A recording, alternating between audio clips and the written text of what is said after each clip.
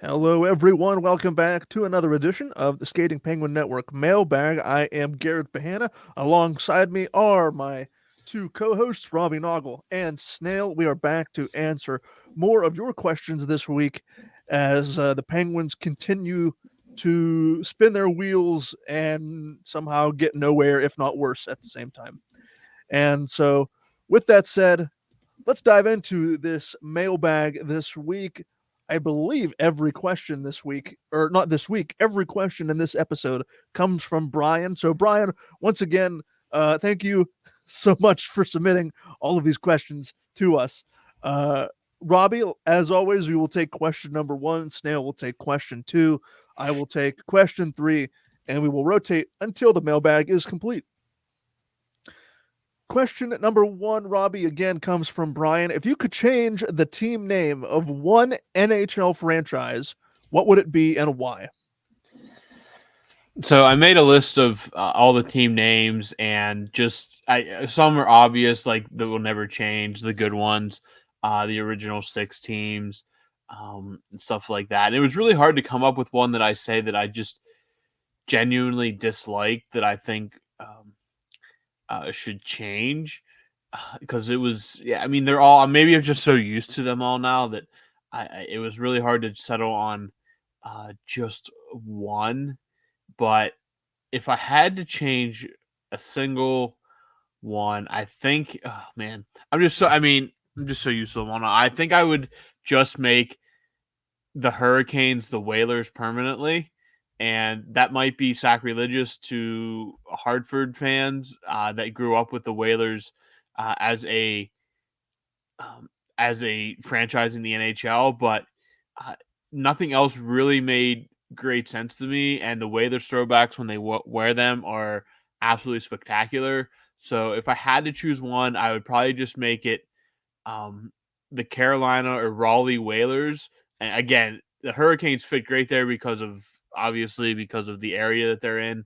But that's the only one that really stuck out to me as um, as glaring because again, to me, it's just nostalgic to have the Whalers back in the NHL on a permanent basis. I went with changing the Hurricanes to the Whalers just for again my own selfish purposes, but I just thought that was the most fitting. All the names out there. I know this is Robbie's question, but I gotta know, like Garrett, do you have any like opinion on this? Do you guys hate the Kraken? The name the Kraken? I actually like it. I You like Actually, it a lot. do? Yeah. yeah. Oh Yeah. my dude, it's so weird because it somehow won the popular vote here. But everyone that I talk to hates it. I'm like, Oh yeah. how did they come up with the name if like everyone hates it? The color scheme is great. The name is great. The logo is great. I don't hate anything about it. If I was going to change one team name, I'd change the Flyers to the Philadelphia Poo Poo Heads. And I I didn't need see that one coming. I was see expecting something serious. exactly. I have to keep everyone here, Brian included, on his toes at all times. All right, question number two. This one's going to Snail. Going into the season, I think the word collectively the fan base would have used to describe how they felt about the team would be optimistic or refreshed. But now I think that word has become worried. Is that the word you guys would use? I'll let you guys go first.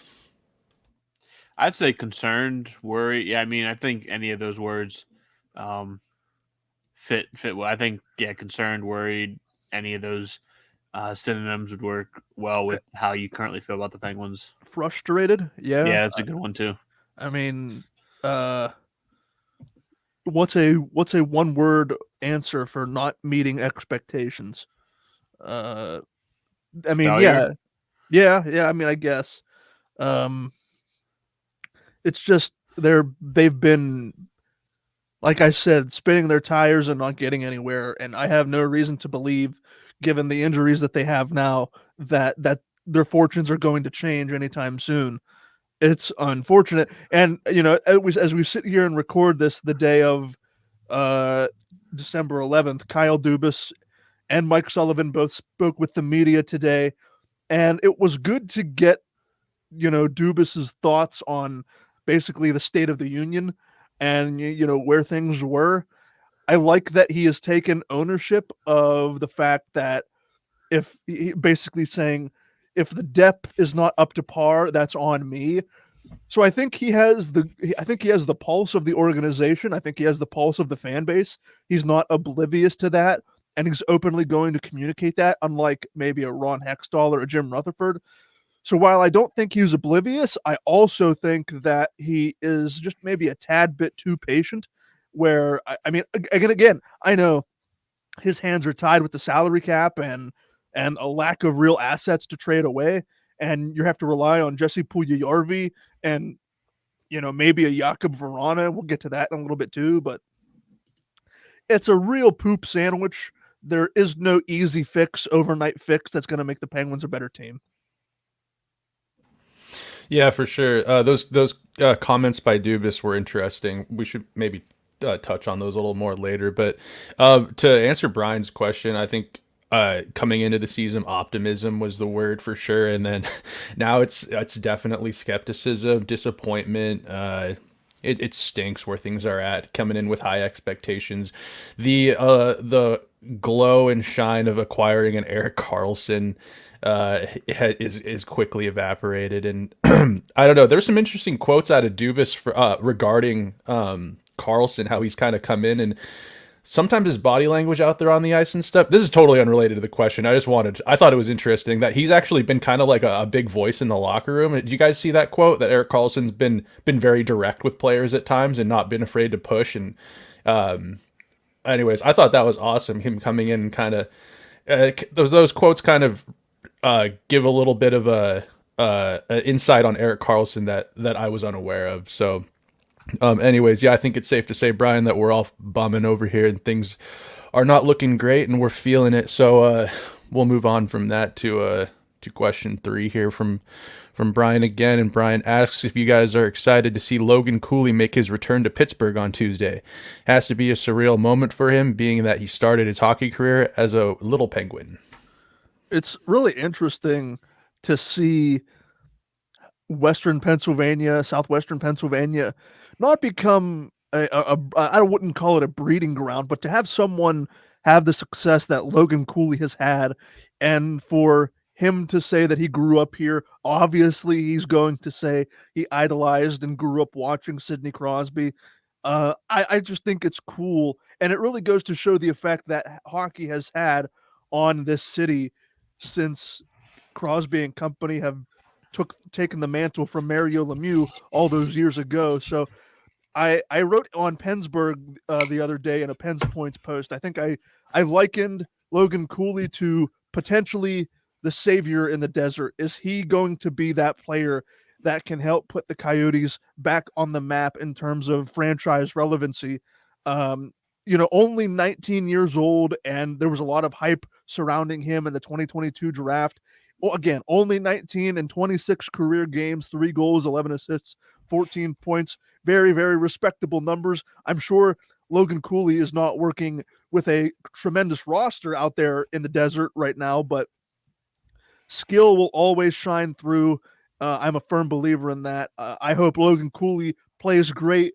He's going to be in front of, I'm sure, a lot of friends and family. It's going to be a crazy, crazy night for him playing against the player in Sidney Crosby that he grew up watching, probably attending a ton of games in that very arena, PPG Paints Arena, as well. So I'm excited to see it. I really don't care for the Coyotes. No, I don't think anyone has really cared for the Coyotes in years, maybe outside of a portion of the Coyotes fan base in Arizona. But that just goes to show you the turbulent nature and the trying times that franchise has been under. But as far as Logan Cooley, I wish him nothing but the best. I wish him nothing but success. Hopefully he can lead the Arizona Coyotes back into relevancy and fighting for a playoff spot in the Western Conference. Dude, you better be careful with those comments about Arizona, because I think as Penguins fans, we wish we were in their shoes. They're in a playoff spot, and I think they're kind of killing it down there right now. And also, just a quick, I heard that Logan Cooley was an Ovi fan growing up. Interesting. Well, I take that in an interview, he said he was like, they're like, you love Sid? And he's like, I was an Ovi guy. I take back everything I said about Logan Cooley. I hope he fails. I hope everything that happens. No, I'm just kidding. I'm just kidding. Of course. Well, I mean, if you have your pick of the litter, basically growing up, Logan's only 19, so he's witnessed prime Crosby, prime Malkin, and prime Ovechkin. I mean, you couldn't ask for much better in terms of trying to find a player to idolize your game after, whether it was Crosby, Ovechkin, or Malkin. So, again, yeah, I mean, here's hoping for the success. Hopefully, the Coyotes can find a way and keep that momentum and get into a playoff spot and well into the future. Hopefully, Logan Cooley remains a building block for that franchise. Question 4 as we go back to Robbie. Robbie, how do you feel about the international best on best tournament currently slated for 2025 and not including Russia? Brian says he understands not including them given the current geopolitical climate, but is it really a best on best tournament without Russia's involvement? Yeah, no, of course it's not. And if you're going to run the format that I saw is just shockingly disinteresting to me. Just run it like a World Championships or run it like a um, Olympics or something. Let Russia fly under the banner of just neutral opponent or something like that because it's just not. I mean, again, the format they released was like Sweden, the United States, Canada, and Finland. That's not. I mean, even if we take the Russian aspect out of it, there's so much good talent that is being left out of the equation here that it's in my opinion, it's just a stupid format to make money. Just set up a World Cup of Hockey in 2027 or 2028. Let the Olympics run in 2026. Send the players. It just, to me, it's just a very poorly thought out tournament that serves no purpose other than making money. And again, yeah, there's going to be great hockey, but I want to see a full field of 8 teams or something like that, like we saw in 2016. To me, this is just, yeah, it's a very watered down version of what should be a best on best tournament. And I would generally have no interest in watching it. I'd rather just wait for the Olympics in 2026 and then start a every 4-year actual World Cup of Hockey, which I think would be the best for all parties involved. Question number 5. How do you feel about the development of Braden Yeager in the WHL?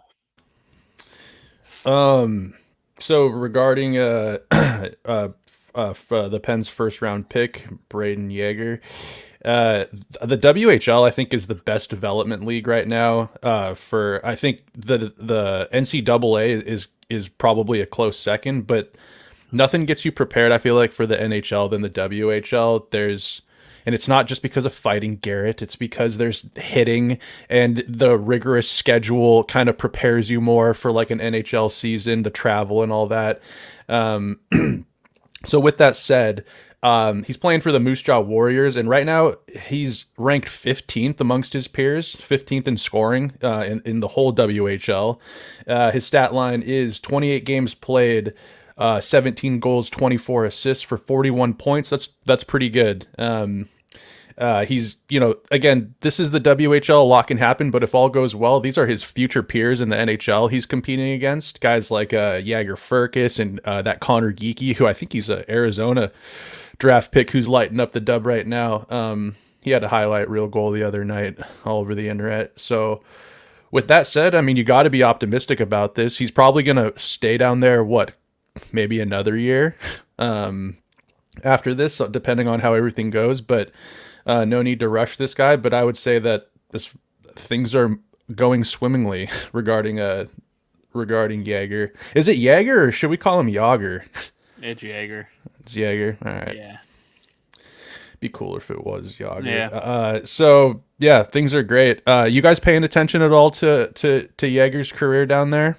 I just know that he was selected for the World Junior, Canada's World Junior, or at least the training camp roster. So I'm excited to see if he gets a chance at the big tournament here at the end of the month. So keep an eye on that. Yeah, that'll be cool. Hopefully he makes the roster. It's been a long time since the Pens have had a guy in the World Junior, right? Yeah. Oh yeah.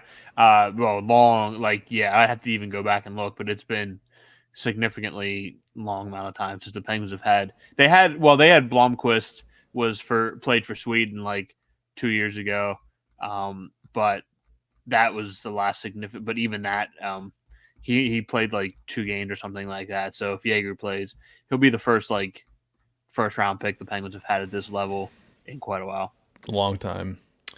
All right. Question 6 here is from Brian yet again, and he says, "How different do you think the history of the Pens would be if Badger Bob Johnson never got sick and died?"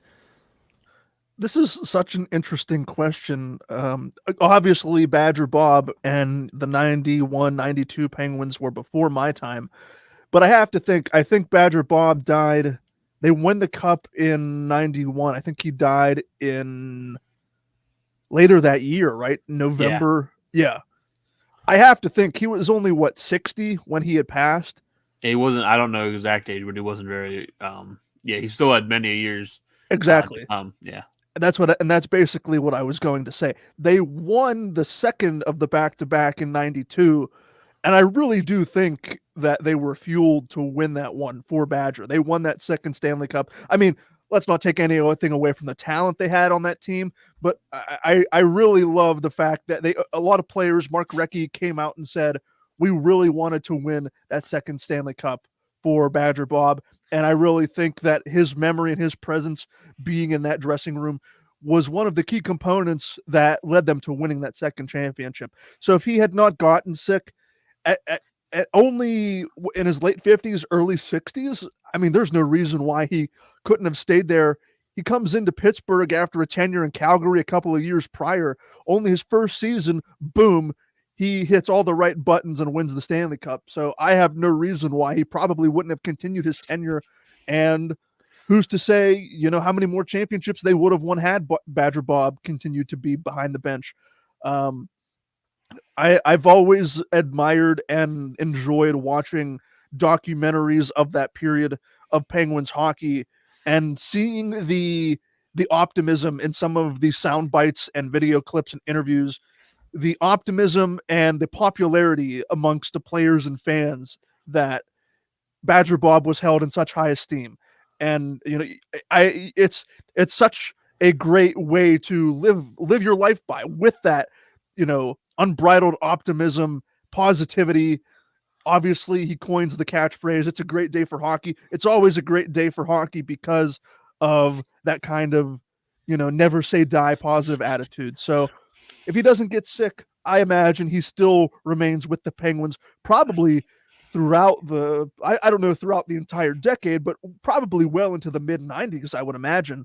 And, we would obviously go on that different timeline and see what happens then. But unfortunately, due to his passing, circumstances change. But yeah, I think Badger Bob probably would have been the Penguins head coach throughout the middle of the decade. All righty. Question number 7, as we go back to Robbie here. Question 7 comes from Brian. Would you be excited, speaking of Logan Cooley, would you be excited if the Penguins drafted his cousin in L.J. Mooney, draft the Pittsburgh native, to start the rebuild with Jaeger and Pickering? From the way Colby Armstrong talks about him, he's going to be special. The only thing that worries me, Brian says, is Mooney's size. L.J. Mooney might be the most Pittsburgh name ever for a hockey player. Again, I don't know anything about this kid. Like I said, what a name, but I don't know anything about the kid. I mean, you don't just draft someone just because he's quote unquote from here. But if he develops the way that Colby Armstrong apparently thinks he will, then I guess you have to define special as well, because are the Penguins going to be ever in position that they're drafting a top 3 player in the next 5 years? I really don't know. So, I mean, I would have loved the Penguins to have drafted Logan Cooley, but that was obviously never going to be possible given his pedigree as a prospect. So, It would be a great story to have a local kid that came out of this Crosby Malkin era lead the Penguins back to prominence after it ends. But I guess we'll wait and see on that. Again, I don't follow prospects that closely to know enough about this kid yet. I don't know how far away he may be, but Yeager and Pickering are a good start, and it'll be interesting to see what Kyle Dubas's plan is for the future of the franchise, because it's clear that he's going to be one guiding the ship through this era and into the next. So, yeah, it'll be very interesting to watch over the next couple of years. And if LJ Mooney is available, then and the Penguins are there, and he develops like it seems that people think he will, then it would be fantastic to have a Pittsburgh native kind of leading another resurgence of the franchise. I just quickly looked him up. I was curious. He's in the U.S. National Development Program, Okay. the under 17, and this year his stat line is 20 games played, 8 goals, 5 assists for 13 points, averaging 0.65 points a game. So nothing jumping really off the page there, but you never know. Yeah, he's or his date of birth is 3/8/2007, so he's still Oh my gosh. he's still so young. How does that make you feel? How does that make you feel? Huh? 2007. I was what was the date or the month? March 8th, Yeah, 2007. I was a junior in high school when I was getting probably about 3 months left in my junior year of high school. So I think I was a freshman. oh man, that's shocking. So he probably can't get drafted at the very least until 2015 or 2025. 2015. Yeah, 2025. So yeah, I again something to keep an eye on. But yeah, wow. Oh man, yeah, that makes you feel old. Anyway, question number 8. Snail. Brian says good call on 8 Crazy Nights. That was an honorable mention that he forgot to add on his Christmas movie list. Another sleeper Christmas movie is The Family Man. Never seen The Family Man. Have no idea what that's about. 8 Crazy Nights is awesome, although it being a Hanukkah movie. I'm not Jewish. I don't celebrate Hanukkah, but I have an appreciation for it. So, you guys got any sleeper Christmas movies or any? You guys got anything you want to add to this? Any holiday cheer for the Christmas is coming up on us quick, guys. Yeah, 2 weeks. December is just disappearing. It Jesus. is. There was the movie with Vince Vaughn and I believe Reese Witherspoon. They tried to go on vacation for Christmas to get away from their families, and I cannot remember it off the top of my head. And I always enjoy a good Vince Vaughn movie just because I think he just plays the role of that comedic role so well. So if you know it, drop it in next week's chat. But that's one that popped. Is it 4 Christmases? Yeah, it's 4 Christmases. That's what it was. Dude, that was when Vince Vaughn was on a heater with his. Well, he went on like a 5-year run where he was just. I think Wedding Crashers is involved in that era. Yes. He was just on an absolute heater for. A hockey fan as well. He's a big hockey fan as well. But a heater, and he still pumps out good stuff from time to time too. Even though he's not quite on the run he was back when those movies were coming out.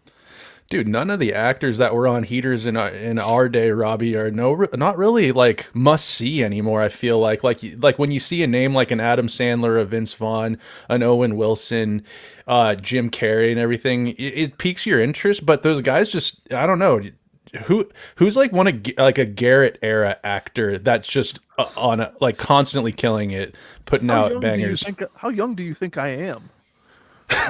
I'm not like 10. Every actor you mentioned, I've watched their movies. I'm not that young. Jeez.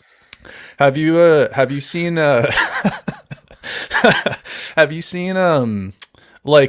Ventura? Yes, I've seen Jim Carrey, Ace Ventura, Pet Detective. Of course, I've seen these movies. Have you seen what about like the Adam Sandler movies, like Big Daddy or Big Daddy, Waterboy, Billy Madison? Okay. Do you think I just live under a rock half the time? Like I know you keep me locked up in this basement, and I don't have access to electronics and whatnot. But I guess in that basement you're just watching old movies that I wouldn't have thought you'd have seen. Yeah, of course I've seen these movies. Like Adam Sandler's hilarious. Yeah, it's just I Did have you a see Uncut? Is it called Uncut Gems? now I haven't seen that movie. That's one of his more recent releases, and it's not. I mean, he got praise for it, for him, basically taking that dramatic role. It's definitely a thing out of left field in terms of what he's known for, but I haven't seen it. I heard good things about it. Yeah, just curious. That was like the first Adam Sandler movie that he was in that I decided to watch in like a long time. Because let's admit, like Adam Sandler's put out some flops, I think, in the last like 10 years, right? Oh yeah, he doesn't have to do. I mean, he doesn't have to do anything. I think he likes to make movies with his like Hollywood friends, and that just doesn't resonate with a lot of people. Yeah, agreed. So, I mean, Garrett, did you have anything to add to this? You got any Christmas recommendations or anything you want to add? You ever seen Eight Crazy Nights? No, I haven't. I have. I think Robbie and I talked about it last week. We were asked a similar question.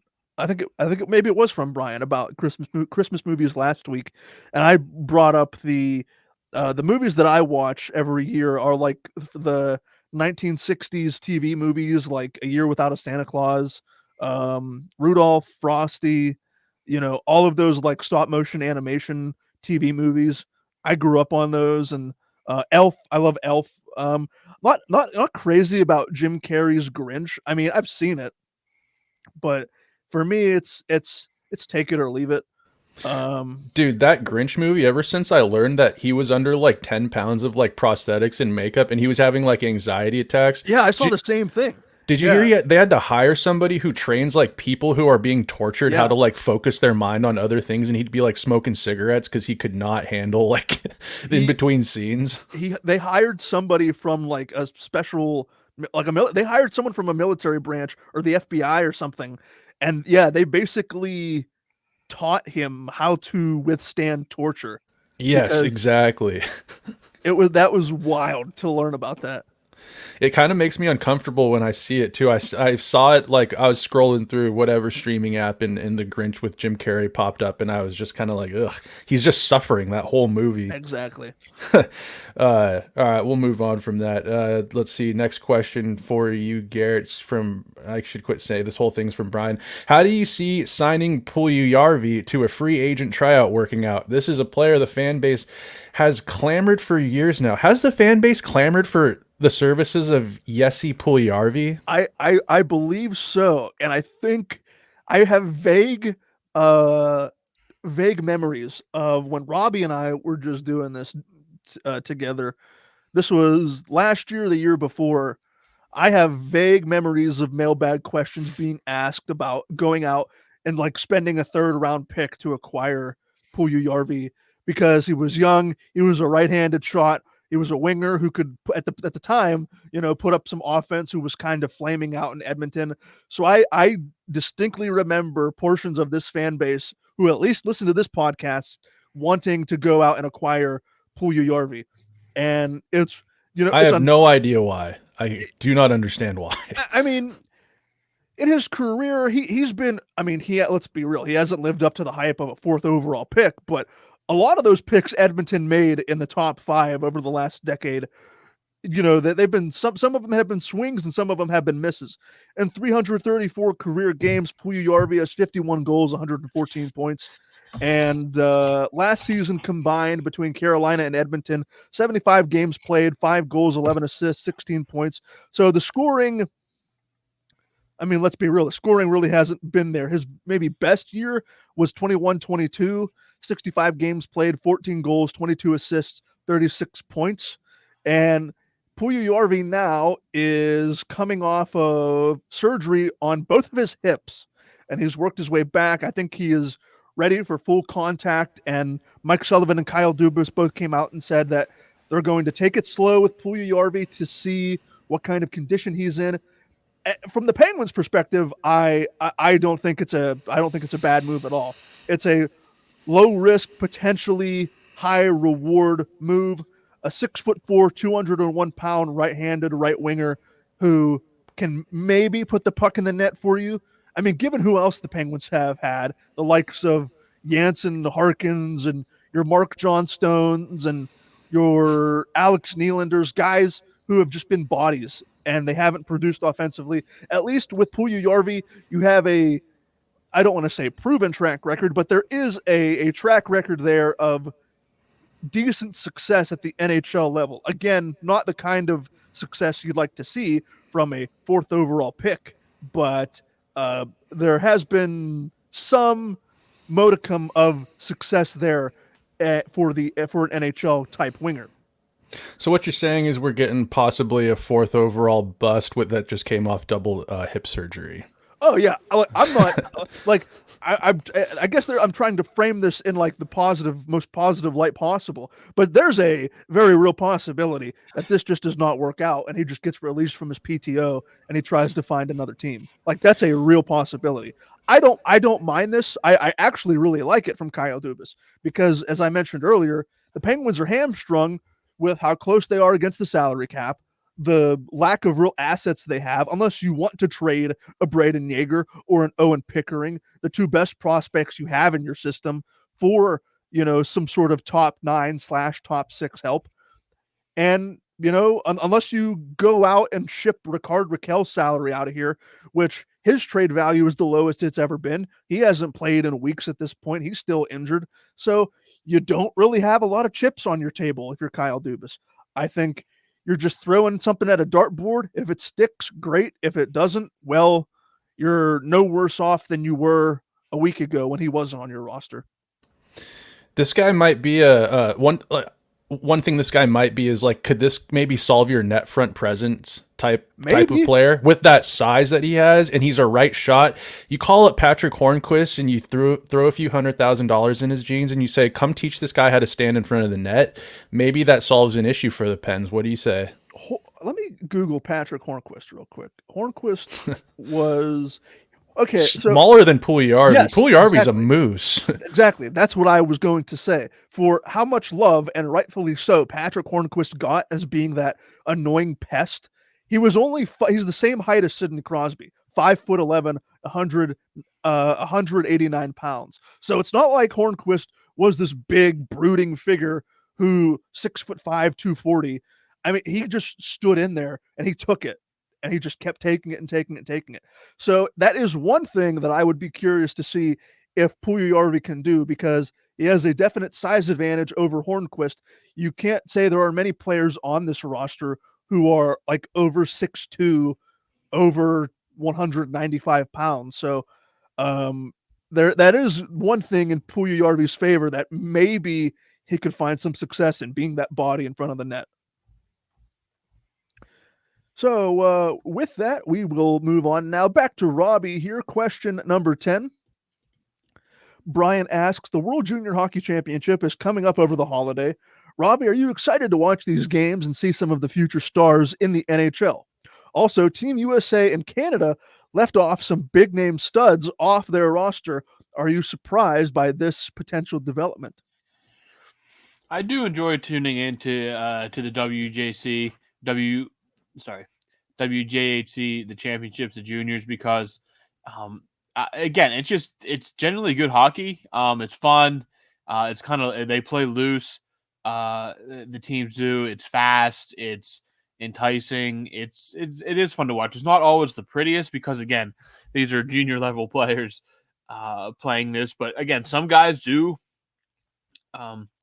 have some NHL experience depending on when they were drafted and if they got like the 9-game tryout and were sent back to their junior clubs or they're released by their clubs to play in this tournament.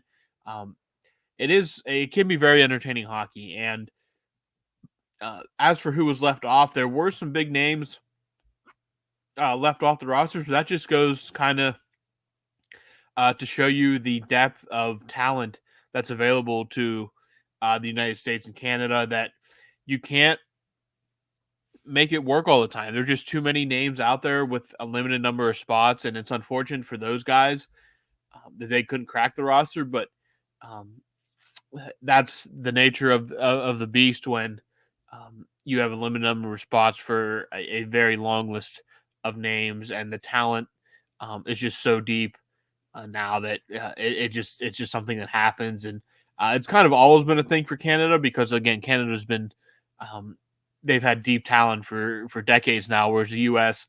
Is kind of slowly catching up. And I guess it's a good conversation to have, or a good problem to have, that you have so much talent that you can't possibly fit it all into one roster. But that is what it is. And yeah, but while I tune in, yeah, it's fun, especially over the Christmas holiday, that week where between Christmas and New Year's, where everything kind of feels made up and pretend anyway, to kind of tune in during the day. I think the games are they're over in Europe this year, so hopefully we get some games on during the day here in the United States and Canada that we can watch and kind of eat up some time as the holiday goes by. But yeah, I'll definitely be tuning in, probably to watch Canada, just to see Braden Yeager, and then I'll watch the United States just because I'm American, and that's fun to do as well. But yeah, if you were able to watch them, I definitely recommend tuning in because the hockey's good and hey, help pass the time.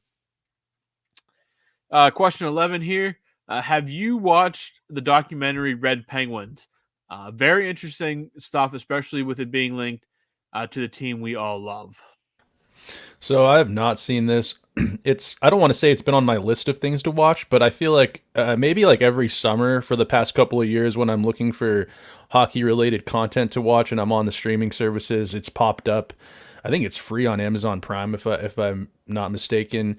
But just quickly, I was reading over like what it's even about, and I knew it was about Russia, but I had no idea that there was a lot. I didn't really think it had anything to do with the Pittsburgh Penguins, which both Brian and some of the like screen grabs here I'm looking at on IMDb of the movie show that I see a picture of Mario Lemieux. It seems kind of interesting. I think that I'll probably have to give this a watch. Maybe I'll watch it tonight and give a little feedback on it later. But have either of you guys seen this? I didn't know it was a thing until I was putting together the outline. So yeah, I do remember seeing the ads for it, but I have never watched it. I watched the trailer for it, and it's the concept is very interesting because of you have like a post-Soviet hockey players along with the 90s Penguins ownership, which, if you know anything about that, is its own kind of adventure. So, but I do remember watching the trailer or clips of it, and I did find it very interesting. I just don't think I've ever sat down and watched the whole thing start to finish. Maybe we'll take a peek at that over the coming days and give a little book report on it. What do you say, fellas? I stopped doing book reports when I left 8th grade. Apparently, I still thought you were in 8th grade, so... Apparently, because you're not giving me credit for all these movies that I've seen. I know. Let's see here. I think this is the last question for this segment of the mailbag. Brian says that the Locked On Pens fellas... Dude, is Brian double dipping? He is a double. Well, you gotta cut Brian some slack. He's on his feet all day. He's delivering mail. I mean, this podcast only goes about half an hour to 45 minutes. That's less than an hour into his 8-hour shift as a mailman. Of course he's gonna, explore other opportunities and other podcasts. And aren't these like your guys' buddies, or isn't it Garrett's buddy or something that does the Locked On Pens? Yeah, I guess, yeah, Pat, yeah. Yeah, I've met Pat. I work with Pat, and I met Hunter for the first time at the home opener against Blackhawks earlier this year in October. Look at you playing tummy sticks with the opposition. Well, you have to go behind enemy lines to get an idea of, the kind of operation they're conducting. Was the Locked On Pens, is that the one where you were talking WWE and you're talking? Yeah. Okay. Okay, so anyways, Locked On Pens fellas suggested with the power play struggling so much, maybe they should just roll the top two lines on the man advantage. Anything is worth a shot at this point. He's not wrong. Anything is worth a shot. However, given the injuries, it's not like you have Sidney Crosby's line, which is great. It's still great. And then you have Evgeny Malkin with Riley Smith, who's been in something of a slump. I think he just scored his first goal in like 80 years a couple of games ago. And whoever's on Malkin's right flank, I think I saw Valtteri Puustinen get some time up on Malkin's right flank the other day. I don't know if that's going to be the case when they take on the Coyotes tomorrow, but here's an idea that doesn't relate to ruling out the two lines on the power play. How about we stop all the gosh darn perimeter passing and just take every puck and just throw it on net and see what happens? Because the perimeter passing is what pisses me off. It's the, tic-tac-toe. I'm not like, and we've already discussed this ad nauseum on this podcast to this point. The power play has been so bad. We've called it globetrotter hockey. We have had every description under the sun for how bad this thing is. And they're still making the same perimeter passes. And even when they're not making the perimeter passes, they're losing the puck in the offensive zone, giving up odd man rushes. Then they got to reset the whole thing, try and get back into the zone, set up again. Once they do set up again, all they do is pass on the perimeter some more, maybe get 1 or 2 shots out of an entire 2-minute power play. Anyway, instead of doing all that, I say we take myself, Snail, and Robbie, and let it be known that I have never laced up a pair of skates in my life. The three of us, we will take the three of us, and Brian, I will gladly call him the unofficial 4th member of the crew here. We will take the 4 of us, and we will stand in front of the goaltender as a 4-man screen, and we will score power play goals that way. Just 3 Sean Averys in front of the net. Exactly.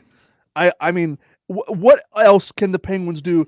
Like, if you want to get serious, what else can the Penguins do? Put Nedeljkovic in net, and then put Jari on the half wall with his gear on, and have him just like rifle pucks, because he definitely has he gets the memo. Just put the puck on net, and it goes in. Exactly. He is not afraid to take the shot.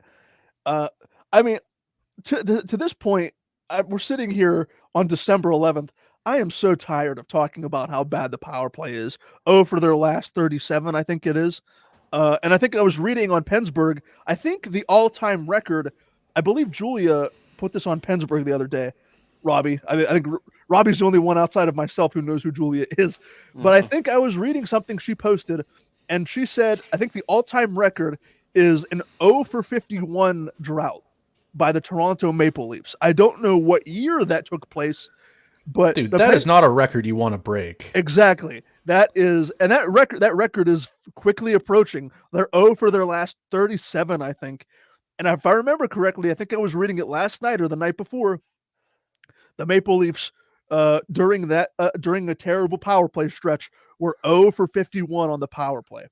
So I am so tired of talking about power play fixes, and I know it's the thing that everyone wants to talk about because I want it rectified as much as the next person.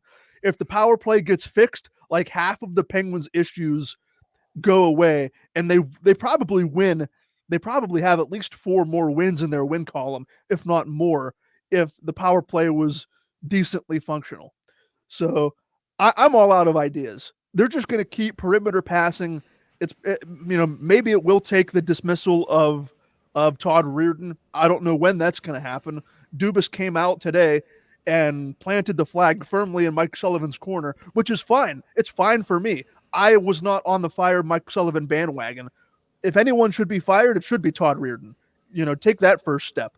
But I don't know if Dubas really came out and really played his hand there in terms of getting rid of any coaches for the foreseeable future. So if I was in charge, that would be the first thing I would do. Get rid of Reirden and institute some new structure, some new strategy, whatever that may be.